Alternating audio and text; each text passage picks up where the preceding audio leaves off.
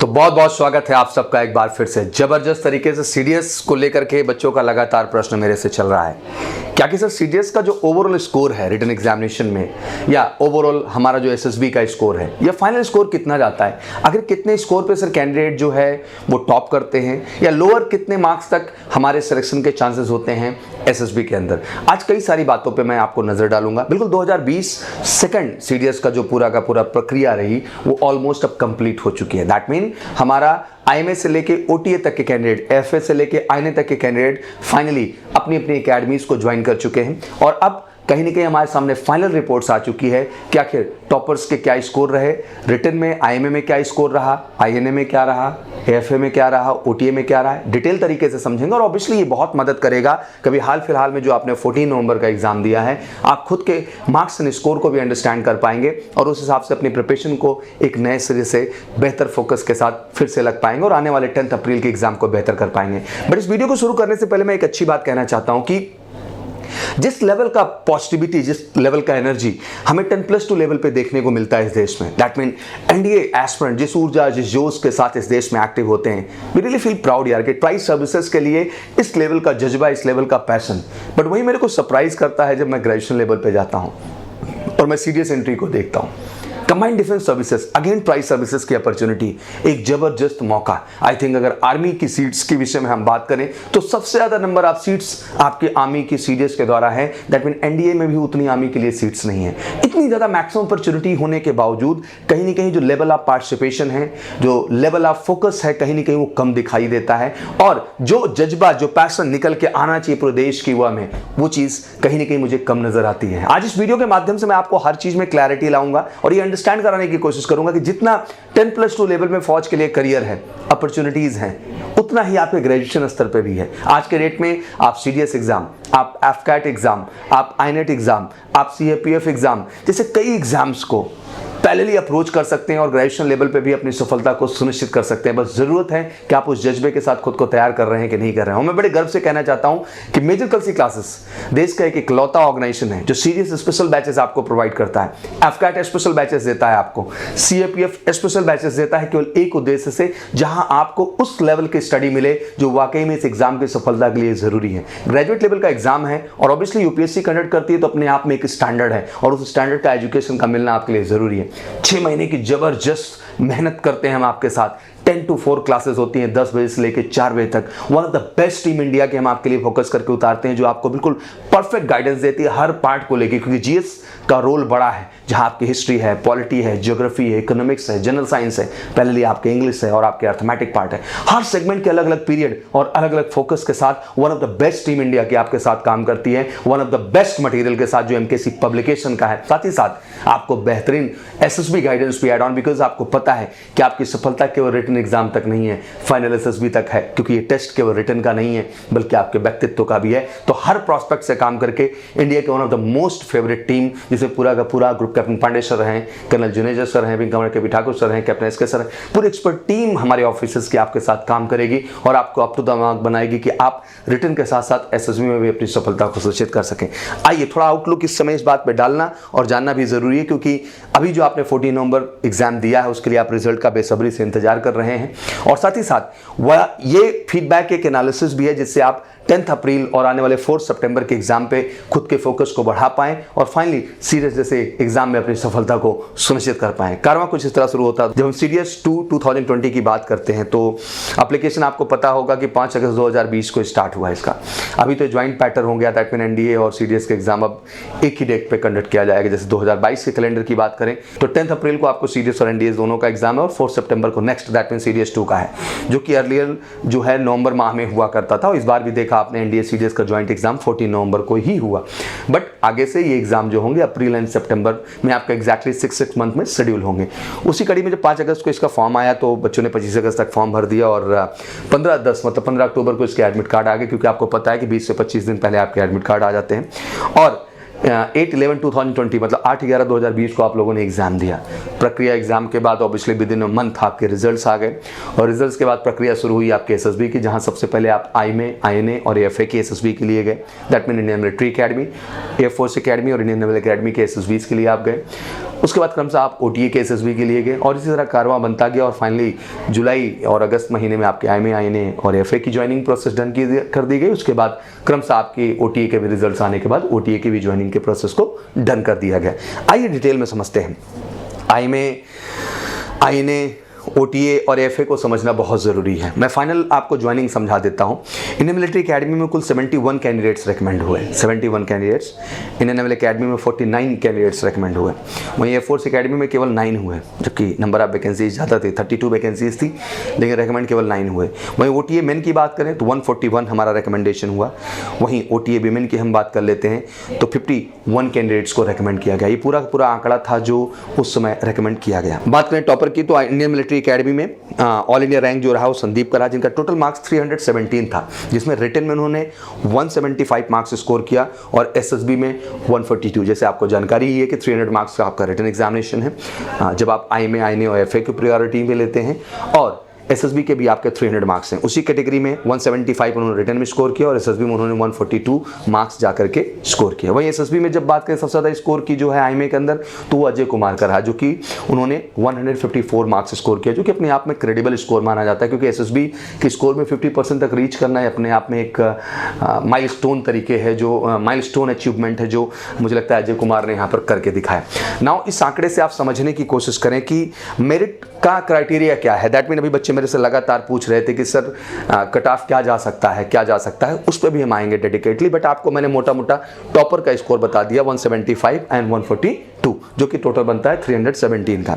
Highest qualifying marks IMA में 317 marks और lowest marks जो रहा 263 रहा। दैट मीन ऐसा नहीं है कि 317 का ही क्राइटेरिया क्वालिफाइड का था, 263 का भी क्वालिफाइड का क्राइटेरिया रहा। दैट मीन जिन बच्चों ने स्कोर आप मोटा मोटा समझ के चलें कि 1 जो है 40 से लेके 150 के बीच में रखा है, वो भी श्योर शॉर्ट कैटेगरी में था, ऐसा नहीं कि वो श्योर शॉर्ट कैटेगरी में नहीं। तो इस बार भी लगातार आप IMA के कट ऑफ की बात भी कर रहे थे, तो मैंने आपको स्ट्रेट अभी ये गाइड किया था कि इस आंकड़े को आपको मान के ही चलना है कि इसी के आसपास आपके कट ऑफ जा सकते हैं, जो कि कट ऑफ फाइनली आपके रिकमेंडेशन और मेरिट लिस्ट में आपके नाम आने का एक बड़ा वजह बनेगा। आइए और डिटेल समझते हैं। जब हम बात करते हैं कि INA में ऑल इंडिया रैंक संदीप का ही रहा, ध्यान रखिएगा, जिनका टोटल मार्क्स 317 था। इनमें से कई कैंडिडेट रिपीट होते हैं जिनकी एलिजिबिलिटी और प्रेफरेंसेस के अकॉर्डिंग उनका नाम कई लिस्ट में रहता है। जैसे आपको पता ही है कि बच्चे कभी प्रायोरिटीज़ अपनी रखते हैं कि IMA फर्स्ट पे कर दिया, सेकंड पे जो है उन्होंने FA को कर दिया, या थर्ड पे जो है उन्होंने INA को रख दिया, या फोर्थ पे उन्होंने OTA को रख दिया। तो प्रेफरेंसेस वो रख देते हैं। तो प्रेफरेंसेस के अनुसार क्या होता है कि कई लिस्ट में एक ही नाम कॉमन होता चला जाता है। तो जैसे हम लोगों ने कहा कि संदीप का ही नाम जो रहा वो INA में भी कॉमन रहा।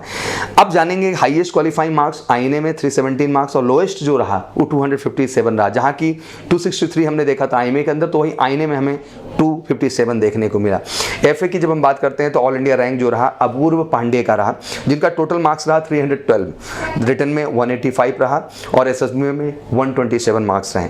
दीपांशु का सबसे ज़्यादा स्कोर रहा SSB में, जो कि 142 मार्क्स के कैटेगरी में आ गए। हाईएस्ट क्वालिफाइंग मार्क्स AFA में हम जब बात करें तो 312 मार्क्स और लोएस्ट की बात करें तो 279। तो मोटा मोटा हम देखें तो आसपास आंकड़ा उसी के आसपास कहीं ना कहीं आके बैठ जा रहा है पूरा का पूरा। दैट मीन यहाँ रिटन में जो बच्चे का स्कोर रहा 185 के टॉपर्स कैटेगरी का होता है। ये हमेशा मान के भी चलना है कि जो टॉपर्स हमेशा लीड किए हैं वो 170 के एबव ही स्कोर रखे हैं, जो कि फाइनली टॉपर्स के लिस्ट में नाम आया। OTA मेन की बात कर लें, ऑल इंडिया रैंक सिद्धार्थ जो है बलहारा का रहा, जिनका टोटल मार्क्स 222 था, जिनमें रिटन में 126 मुझे लगता है कि बेस्ट स्कोर है, और SSB में 96 मार्क्स रहे, क्योंकि 300 मार्क्स का SSB यहाँ होता है और 200 मार्क्स का आपका रिटन एग्जामिनेशन हो जाता है।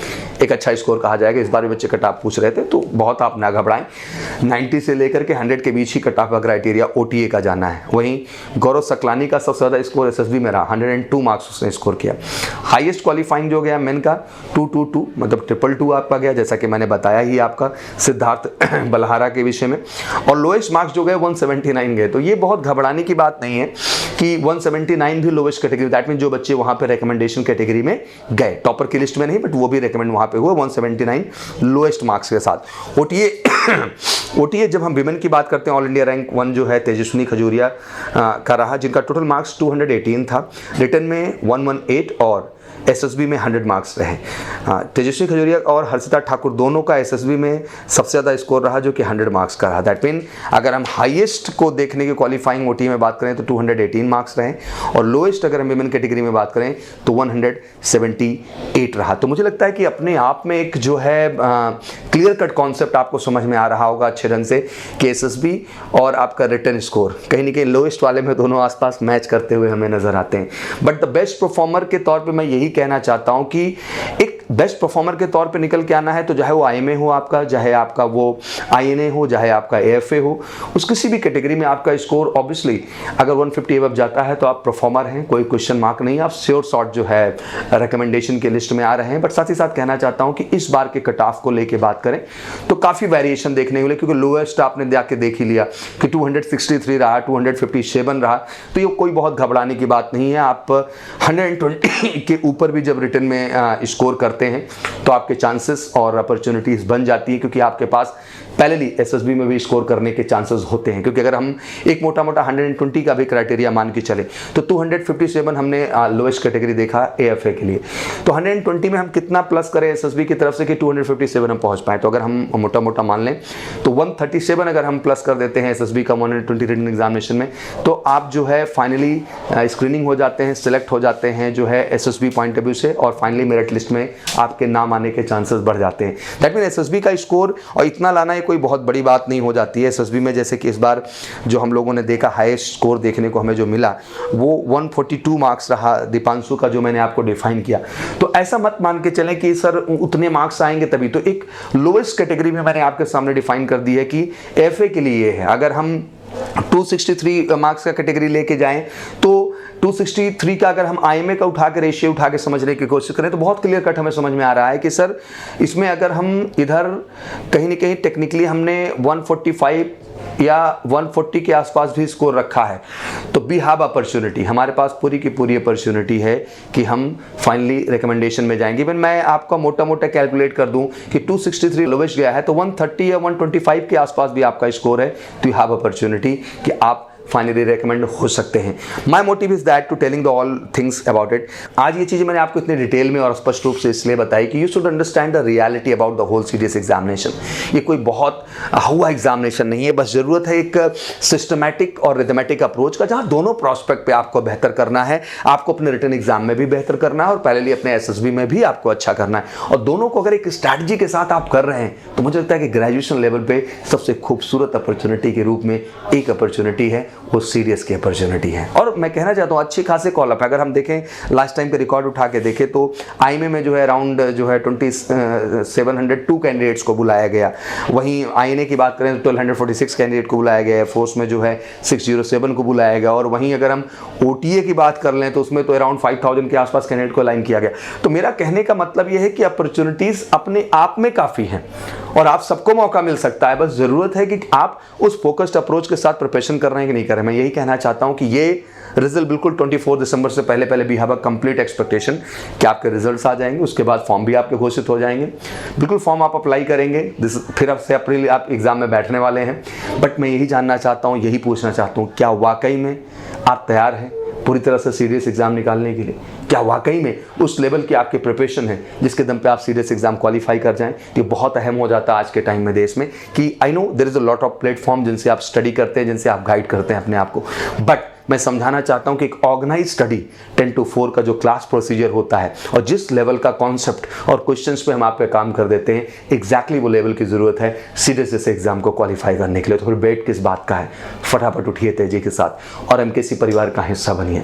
आइए जबरदस्त ऑफलाइन प्रोग्राम के साथ या जबरदस्त ऑनलाइन एमकेसी लर्निंग ऐप पे हमारे प्लेटफॉर्म के साथ ऑल इंडिया कैंडिडेट्स को मैं बोल रहा हूँ, और एक बार तन मन धन से हमारे साथ प्रिपरेशन करिए। I am giving you surety कि आप श्योर शॉट आने वाले 10 अप्रैल एग्जाम में कमाल करेंगे और सीडीएस एग्जाम में अपनी सफलता सुनिश्चित करेंगे और वाकई में ऑल इंडिया रैंक्स में आप आएंगे, अंडर 10 आप आएंगे अगर एक सही स्ट्रैटेजी और फोकस के साथ आपने काम कर दिया। आप घबराएंगे नहीं इस बात को कहने में कि आखिर सर कितना कट ऑफ जाएगा, बल्कि आप ये बोलेंगे कट ऑफ तो जो आएगा सो आएगा सर, मैं रैंक्स में आऊँगा, मैं पोजीशन में आऊँगा और आपको रैंक्स एंड पोजीशन में आपका ले आएगा एमकेसी परिवार। तो wish you all good luck. बिल्कुल बहुत बहुत कांग्रेचुलेसन, आपके रिजल्ट्स अच्छे आए।